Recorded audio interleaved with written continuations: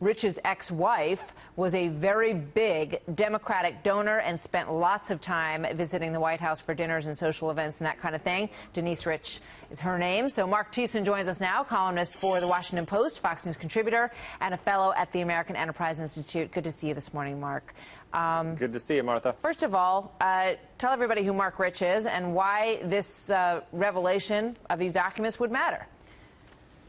Well, Marc Rich was a Clinton confidant who was on the FBI's 10 most wanted list because he had a habit of trading with regimes that were under U.S. sanctions. So he was caught trading with Iran at the very same time in 1979 when they held 53 American hostages. He traded with the apartheid regime in South Africa. He traded with Libya and Yugoslavia, North Korea and Cuba and the Soviet Union. And so he was facing life in prison for racketeering, tax evasion, and trading with the enemy. But as you pointed out, Denise Rich was a major Democratic donor, gave more than $1 million to Democratic campaigns during the Clinton era, almost $500,000 to the Clinton Library. And so on his final day in office, in a very controversial move, Bill Clinton, over Justice Department objections, pardoned Marc Rich, which is very unusual because usually a presidential pardon goes to someone who's paid their debt to society, who's changed their lives. Marc Rich was a fugitive from justice. This had never been done before, and so it was hugely controversial at the time. So the Clinton campaign says this is not coincidence that the FBI decided to release these documents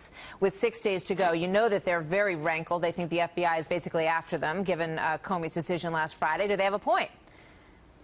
Well, you know, interestingly enough, these are documents into the investigation of whether criminal charges should have been brought against the Clintons for the pardon, and they decided not to bring charges. And the prosecutor who decided not to bring charges was James Comey. So it's kind of hard to say that this is somehow an anti-Clinton move. They also gave in documents about Trump by Fred Trump, Donald Trump's father, at the same time. So this is a routine FOIA request. But why it's relevant to this election and why they should be worried is that Bill Clinton and Hillary Clinton have continued to enrich themselves in the years past from their connections with Marc Rich associates. For example, one of Marc Rich's associates was a guy named Gilbert Chagoury. They traded oil together in the international oil markets. Gilbert Chagoury was denied entry into the United States for terrorist ties with Hezbollah. He was convicted of money laundering for plundering the oil assets of Nigeria in Switzerland.